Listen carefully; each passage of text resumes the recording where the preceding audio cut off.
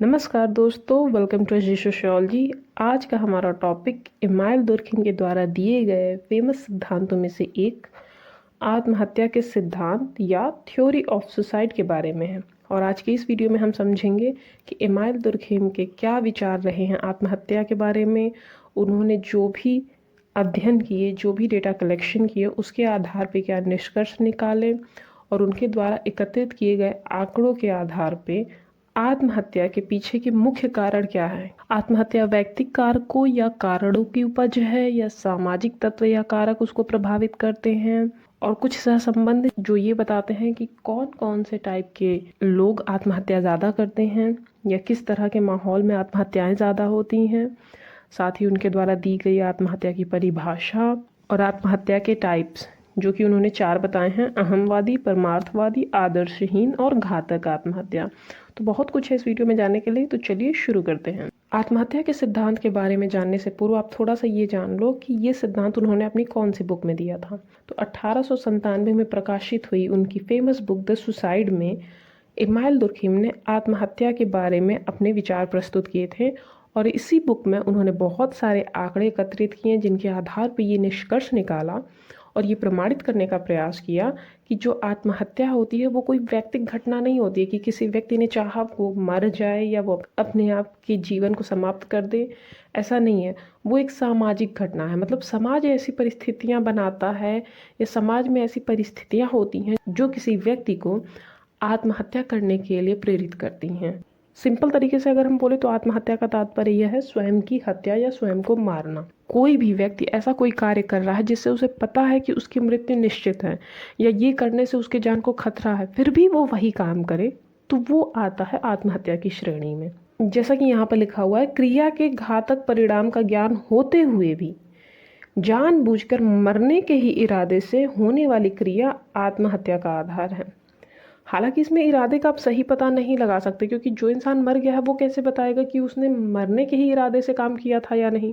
For example, 2 व्यक्ति हैं, वो दरवाजे से निकल के बाहर जाने की सोच रहे हैं या खिड़की से बाहर जाने की सोच रहे हैं। एक ने देखा तो उसे लगा खिड़की के सामने ज़मीन ही है या छत ही है, तो वो अनजाने में उसने एक्शन कर दिया, वो खिड़की की तरफ चला गया। पर वहाँ पे छत नहीं है तो वो गिर जाएगा और उसका रिजल्ट क्या हुआ, उसकी डेथ। और दूसरे ने जानबूझ के खिड़की पे जाने का फैसला किया कि नहीं, मुझे जाना है क्योंकि मुझे अपनी जीवन को समाप्त करना है। तो दोनों ही एक्शन कर रहे हैं। तो सकारात्मक या नकारात्मक एक्शन के डायरेक्ट या इनडायरेक्ट रिजल्ट में आपको क्या मिलने वाला है, मिलेगी मौत ही। जनरली आत्महत्या तभी लोग करते हैं जब वो बहुत ज़्यादा हताश हो, निराश हो, उनके आसपास की चीज़ें या उनके माहौल अनुकूल ना हो, उन्हें सारी जगहों पे टेंशन या नकारात्मकता या प्रतिकूलता दिख रही हो। पर अगर हम बात करें इमाइल दुर्खिम के बारे में तो इन्होंने काफ़ी अच्छे से इसके बारे में बताया हुआ है। तो चलिए एक बार उनकी परिभाषा देख लेते हैं। आत्महत्या शब्द मृत्यु की उन समस्त घटनाओं, मतलब मृत्यु होने वाली समस्त घटनाएं आत्महत्या के अंतर्गत आ जाती हैं, जो कि स्वयं मरने वाले की सकारात्मक या नकारात्मक क्रिया का प्रत्यक्ष या अप्रत्यक्ष परिणाम है, जिसके भावी परिणाम को वह जानता है। मतलब कि मान लो इतनी सारी घटनाएं हैं जो मृत्यु की हैं, ठीक है, इसमें से ये सारी आत्महत्या के अंतर्गत आएंगी। क्यों? क्योंकि इसमें जो व्यक्ति मर गया है उसके द्वारा ही की गई क्रियाएं, चाहे वो सकारात्मक हो चाहे नकारात्मक हो, उसी का डायरेक्ट या इनडायरेक्ट रिजल्ट क्या आया है कि उसकी मृत्यु हुई है। तो मतलब मृत्यु की घटनाओं में भी जिसकी मृत्यु हुई है उसके द्वारा किए गए एक्शन का रिएक्शन क्या है, सुसाइड। पर उसमें सिर्फ एक ही चीज़ इम्पॉर्टेंट है, वो क्या, कि जो मर रहा है उसको पता है कि मेरे एक्शन का रिजल्ट यही होगा कि मैं मरूंगा या मेरी जीवन समाप्ति होने वाली है। तो अभी हमने आत्महत्या के अर्थ और परिभाषा के बारे में बात कर ली। आई होप आपको एक बेसिक अंडरस्टैंडिंग हो गई होगी कि क्या होता है आत्महत्या या दुर्खिम ने उसे कैसे डिफाइन किया हुआ है। अब हम बात कर लेते हैं आत्महत्या के पीछे के कारकों के बारे में। याद रखने के लिए आप ऐसे समझो कि आत्महत्या के 2 कारक मुख्यतः बताए गए हैं। एक है व्यक्तिक यानी कि इंडिविजुअल फैक्टर, दूसरा है सामाजिक यानी सोशल फैक्टर। चूंकि दुर्खिम जो है आत्महत्या को एक सामाजिक घटना मानते हैं, तो वो तो सोशल फैक्टर पे ज़्यादा जोर देते हैं। पर बहुत से ऐसे विद्वान रहे हैं या बहुत से ऐसे समाजशास्त्री रहे हैं जिनका ये मानना था कि आत्महत्या के पीछे व्यक्तिक कारक होते हैं, यानी आत्महत्या व्यक्तिक कारकों की उपज है। ऐसा बहुत से विद्वान मानते हैं। उनका मानना है कि मेंटल स्थिति यानी कि पागलपन या एकोन्माद या भौगोलिक परिस्थितियाँ, जलवायु, तापमान, गर्मी, ठंडी या प्रजातीय या वंशानुक्रम ये आत्महत्या को प्रभावित करते हैं। पर दुर्खिम क्या मानते थे कि आत्महत्या व्यक्तिगत कारकों या कारणों की उपज नहीं है, यानी कि suicide not a product of individual factor. Durkheim किसको इंपॉर्टेंट देते थे?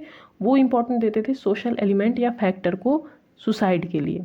और दुर्खिम ने इन सभी उपरोक्त जो विचार हमने बताए कि इस विद्वान ने बोला कि भौगोलिक कारण है, या इस विद्वान ने बोला वंशानुक्रमण, किसी ने बोला मेंटल स्थिति या पागलपन, एकोन्माद, मनोव्याधि की, ये सारे जितने भी लोगों ने बताए हैं, इन सारे विचारों से दुर्खिम असहमत थे। वो किसको महत्व देते थे? वो महत्व देते थे सामाजिक तत्व या कारकों को। जैसा कि यहाँ पे लिखा हुआ है, समाज में घटित होने वाली आत्महत्या दर की व्याख्या केवल समाजशास्त्री आधारों पर ही की जा सकती है। क्यों? क्योंकि आत्महत्या एक सामाजिक घटना है। अब यहाँ पे देखो क्या लिखा हुआ, एक निश्चित समय पर समाज का नैतिक संगठन ऐच्छिक मृत्यु के लिए अनुकूल माहौल उत्पन्न करता है। मतलब कि जो समाज में संगठन है, जो एक नैतिक संगठन है कि आप इस तरह से व्यवहार करो, नैतिक व्यवस्था बना के जो रखता है, वो क्या है?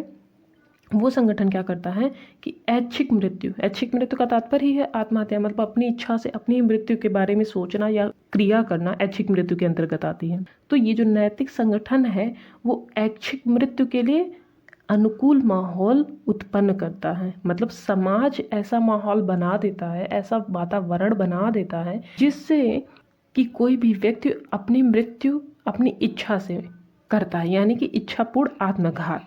दुर्खिम से रिलेटेड इंपॉर्टेंट बात क्या है कि उन्होंने आत्महत्या को व्यक्तिगत कारकों की उपज नहीं बताई है। वो मानते हैं कि आत्महत्या का वास्तविक अध्ययन या अगर मुख्य कारण आप जानना चाहते हैं आत्महत्या के पीछे के, तो आपको सामाजिक तत्वों के आधार पर उसकी व्याख्या करनी चाहिए। हो सकता है कि ये भी सारे जो हो सकता है ये जो व्यक्तिगत कारक है वो भी प्रभाव डालते हों, वो भी किसी व्यक्ति को आत्महत्या करने के लिए प्रेरित करते हों, पर वास्तविक रूप से या पूर्ण रूप से आप इन्हीं के आधार पर नहीं बोल सकते कि किसी व्यक्ति ने आत्महत्या की है। उसके पीछे सामाजिक कारक भी महत्वपूर्ण योगदान देते हैं।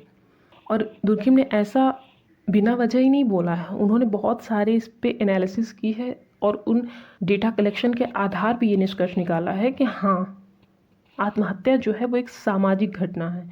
कैसे? नैतिक संगठन द्वारा ऐच्छिक मृत्यु के लिए अनुकूल माहौल उत्पन्न कराना। आत्महत्या को प्रभावित करने वाले कारकों के बारे में तो हमने बात कर ली। अब हम लोग बात कर लेते हैं आत्महत्या और कुछ उससे रिलेटेड कोरिलेशन यानी सहसंबंध। जैसा कि आप सबको पता है कि दुर्खिम ने आत्महत्या विषय के लिए काफ़ी गहन अध्ययन किया और काफ़ी सारे आंकड़ों को एकत्रित किया था, और उन प्रचुर मात्रा में एकत्रित आंकड़ों का विश्लेषण करने के बाद उन्होंने कुछ निष्कर्ष पाया जो इस प्रकार हैं, जिसमें से पहला ये है कि आत्महत्या की जो दर होती है वो प्रत्येक वर्ष लगभग एक समान रहती है। दूसरा क्या है कि सर्दियों में कम और गर्मियों में अधिक आत्महत्याएं होती हैं। तीसरा उन्होंने क्या बोला था कि स्त्रियों में कम, पुरुषों में अधिक आत्महत्या होती है। आयु, अगर कम आयु है तो वो उस तरह की विचारधारा नहीं आ पाएगी कि मुझे जीवन में कुछ नहीं करना है या बहुत निराशा। बच्चों को आप देखते होंगे, बच्चे बहुत ज़्यादा खुश होते हैं। जैसे जैसे बच्चे बड़े होते जाते हैं, समाज से मिलते हैं, समाज में जो भी स्थितियां हैं उन पे प्रभाव डालती हैं, सामूहिक दबाव, तनाव, इन सारी वजहों से जैसे जैसे उम्र बढ़ती है, तनाव बढ़ता है, तो आत्महत्या के भी चांसेस ज़्यादा बढ़ जाते हैं। वही चीज़ यहाँ पे उन्होंने बताई है कि बच्चों में आत्महत्या की दर कम देखी जाएगी बड़ों की तुलना में। ठीक उसी तरह गांव और शहरों में उन्होंने बताया है कि आत्महत्या जो होती है वो गांव में कम होती है, शहरों में अधिक। ये आप भी रिलेट कर सकते हो, क्योंकि गांव में क्या होता है, लोग समुदाय में रहते हैं, वहाँ पे एकता, भावनात्मक जुड़ाव, एक दूसरे के प्रति घनिष्ठ व्यवहार या पारस्परिक संबंध बहुत ज़्यादा पाए जाते हैं। जबकि शहरों में क्या है, रिजर्व लोग होते हैं, फॉर्मल उन लोगों के रिलेशन होते हैं, मुश्किल से हाय हेलो कर लिया, उसके बाद अपने काम से काम, उसके बाद अपने रूम पे या अपने घर पे और एकांत में। तो जो गाँव के लोग होते हैं वो समुदाय में रहते हैं, प्यार मोहब्बत एकता के साथ रहते हैं, तो उन्हें वो बंधन काफ़ी खुशनुमा रखता है, वो उसे छोड़ के मरने का ज़्यादा नहीं सोचेंगे। जबकि शहरों में अकेलापन रहता है, जैसा कि आपको पता है। एकांत व्यक्ति अगर बहुत ज़्यादा पॉजिटिव है तब तो ठीक है, नहीं तो अगर थोड़ा भी निगेटिव विचार जा रहे हैं तो वो आत्महत्या की तरफ बढ़ सकता है। ठीक उसी तरह सैनिकों में आम लोगों की अपेक्षा अधिक आत्महत्या दर देखी जाती है। और अगला उन्होंने क्या बताया था कि कैथोलिक जो धर्म है उसकी तुलना में प्रोटेस्ट धर्म के जो लोग हैं उनमें अधिक आत्महत्या की दर देखी जाती है। क्यों? क्योंकि प्रोटेस्ट धर्म जो है वो व्यक्तिवाद का ज़्यादा समर्थक है। वो व्यक्तिगत स्वतंत्रता पर ज़्यादा बल देता है। इस धर्म के अंतर्गत क्या होता है कि व्यक्ति को इस बात की पूरी आज़ादी रहती है कि वो विभिन्न विषयों पे स्वतंत्रता पूर्वक सोचे और अपना निर्णय ले, बुद्धि लगाए। और कहीं व्यापार करना है तो भी वहाँ पे वो सोचे कि हाँ चलो ये चीज़ें यहाँ पे प्रॉफिट बना रही हैं, तो हम यहाँ पे अपना टाइम, अपना पैसा, अपना सब कुछ दे देते हैं। पर आप ये जानते हो कि अगर आप किसी भी चीज़ में इन्वॉल्व हो रहे हो तो उसमें जितनी चांस सक्सेस की है उतनी ही चांस सक्सेस ना मिलने की भी है। पर जब कोई व्यक्ति पूरा सब कुछ अपना दे दे और उसे सक्सेस ना मिले तो हताशा होती है। तो ऐसी स्थिति में क्या होता है कि आत्महत्या की तरफ इंसान बढ़ जाता है। तो वही चीज़ यहाँ पे लिखी हुई है कि वैयक्तिक धर्म है, जो प्रोटेस्ट धर्म है, वो व्यक्तिवादी है, स्वतंत्रता को ज़्यादा महत्व देता है। तो इस चक्कर में ये लोग थोड़ा सा इंडिपेंडेंट होकर सोचते हैं, काम करते हैं। तो अगर सफलता मिल गई तो वाह वाह, नहीं मिली तो आत्महत्या की तरफ जाते हैं। दुर्खिम का मत है कि धर्म जो होता है वो व्यक्तियों को आत्महत्या करने से रोकता है। ऐसा इसलिए नहीं है कि धर्मों में ये बोला जाता है कि आत्महत्या पाप है या ऐसा करने पे आपको नर्क मिलेगा या निषेध कार्य है। नहीं, धर्म जो होता है वो एक समग्र और सामूहिक जीवन का प्रतिनिधित्व करता है। मतलब लोग आपस में मिलजुल के धार्मिक क्रियाओं को करते हैं। चाहे वो आप किसी भी धर्म को उठा के देख लो, मुसलमान हैं तो वो मस्जिदों में जाके एक साथ नमाज अदा करते हैं, हिंदू हैं तो वो मंदिरों में जाके एक साथ पूजा करते हैं, क्रिश्चियन है तो वो चर्च में जाके एक साथ जो भी अपनी प्रेयर करते हैं। तो इस तरह जितने भी धर्म हैं वो सामूहिक जीवन को एक्सप्रेस करते हैं। और जहाँ लोग समूह या सामूहिक जीवन में इन्वॉल्व होते हैं तो आपको पता है जो सामूहिक चेतना है या सामूहिक दबाव है वो उन पे हावी होता रहे।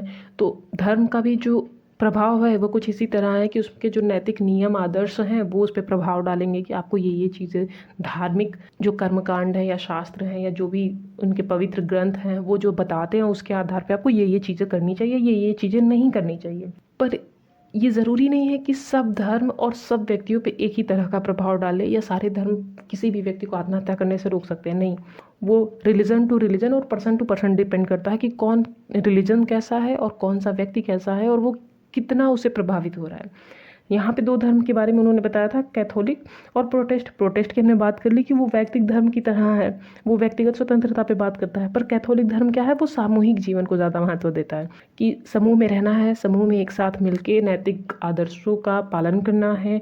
तो अगर धर्म कैथोलिक धर्म की तरह है, जैसा कि हमने बात करी person to person, religion to religion वो प्रभाव डालता है, तो अगर कैथोलिक धर्म का है, सामूहिक वाला जीवन शैली है, तो वो आत्महत्या को रोकने में काफ़ी हद तक सफल होगा। पर अगर प्रोटेस्ट धर्म जैसा है, इस तरह की विचारधारा को कोई लेके चलता है कि ठीक है आप जो चाहो वो कर सकते हो, कोई रोक नहीं है, तो फिर धर्म भी थोड़ा सा आत्महत्या को रोकने में असफल हो सकता है। और विवाहित लोगों की तुलना में अविवाहित अधिक आत्महत्या करते हैं। जो विवाहित हैं, बाल बच्चे हैं, उनका परिवार है, वो उनके साथ जुड़े हुए हैं, तो उनको टाइम कहाँ है कि वो सोचे कि मुझे सुसाइड करना है। अविवाहित या जो विडो हैं या जो पुरुष, उसकी पत्नी किसी वजह से उसके साथ नहीं है या मर चुकी है, डाइवोर्स हो चुका है, इस तरह के लोग अकेलेपन का शिकार होते हैं तो वो ज़्यादा आत्महत्या करते हैं। और बाल बच्चे वाले, मतलब जिसके बच्चे हैं, वो कम आत्महत्या करते हैं उनकी तुलना में जिनके कि बच्चे नहीं हैं। तो ये सारी चीज़ें क्या है, दुर्खिम ने अपने डेटा कलेक्शन के जो विश्लेषण किए थे उनके आधार पर ये निष्कर्ष प्राप्त किए हैं कि इन जगहों में आत्महत्या का संबंध किस तरह है। तो हमने कोरिलेशन के बारे में बात कर ली कि आत्महत्या का कहाँ पे किस हिसाब से संबंध है और कहाँ पे कितना अधिक होता है, कहाँ पे कम होता है। अब हम बात कर लेते हैं आत्महत्या के प्रकार के बारे में। तो दुर्खिम ने आत्महत्या के 4 प्रकार बताए हैं। पहला है अहमवादी यानी कि इगोइस्टिक, दूसरा है परमार्थवादी आत्महत्या अल्ट्रुइस्टिक सुसाइड, तीसरा है आदर्शहीन एनोमिक सुसाइड और चौथा है घातक आत्महत्या यानी फैटलिस्टिक सुसाइड। इस वीडियो में हम आत्महत्या के प्रकार के बारे में ज़्यादा डिटेल में नहीं बात करने वाले।